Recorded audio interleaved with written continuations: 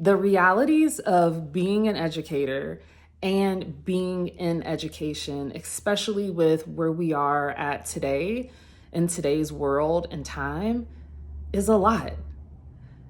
For most of us as educators, this was a calling for us. It's also our career, and it's an industry that is 100% externally focused on others.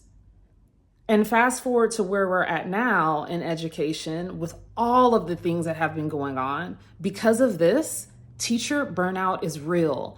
And many teachers, educators, leaders are leaving the profession because they just don't know what to do. And they don't know if they can survive in education. This conversation today is going to acknowledge and affirm what is needed in education to support teachers in their wellness and well-being to move the needle forward for a better education system. Hi, I'm 𝐄𝐝𝐮 of the Educator Wellness Journey, a collaborative space that supports educators and school leaders on their journey of wellness and well-being inside and outside the classroom. I recently watched a video by 𝐕𝐢𝐝𝐿 𝐿 titled Why I Quit Teaching the Unedited Truth. And a lot of what she was sharing really resonated with me because it was very similar to my journey, as well as things that come up in the coaching space with my clients that they are currently experiencing and or have experienced.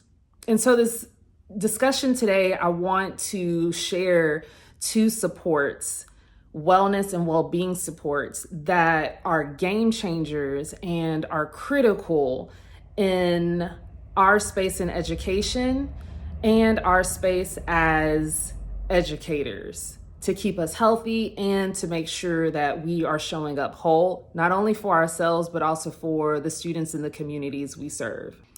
If you are an educator, if you know an educator, or if you love an educator, please make sure that you subscribe to this channel and click notifications. So I'm now going to talk about the 2 wellness supports that have been life-changing, not only for me, but also for my clients who are still in the building, transitioning out of the building, and for others that have transitioned out and are in their new roles. As educators, we need a space to be able to show up in that we feel seen, heard, and we can bring whatever it is to that space. This can be difficult in education sometimes, depending on the school that you're at, the administration you have, central administration. And so support number 1 is finding a person who's going to hold space with you for where you are at. For me as a wellness coach, I hold space with my clients, and I always say, whatever shows up in that space, we honor that. And so it can be about talking about things that have been difficult from the school day. It could be about mental things that are going on. Anything, right? But holding space, being with someone that is not a family member, that's not a partner or an intimate person in your life, someone different who can truly hold space with you and help you navigate what's going on, where you're at in this season, and help you create a path. Coaching for me, when I left the building, was life-changing. It was everything. And so now coming to a space and being able to support other educators, educator to educator in their journey is life-changing. And so that first support is finding someone, a professional who is going to help you navigate the season that you're in, and also a game plan, right? With what's going to happen next. It's life-changing. Support number 2. Because we work in an industry that is externally focused on everyone else, as educators, we very rarely listen to our own bodies.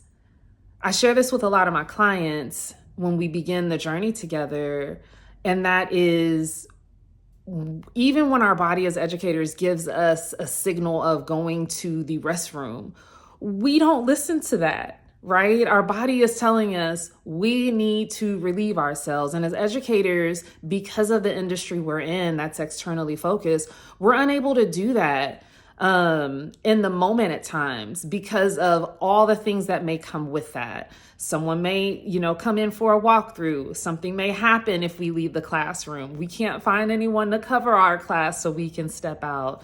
So that simple act of our body sending us a signal to let us know it needs something, and us as educators not being able to listen to that is huge.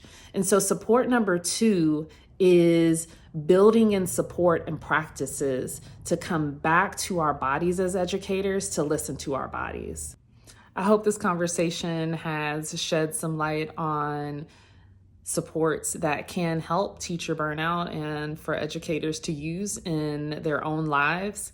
If there's anything that's resonated with you from this conversation, be sure to comment below.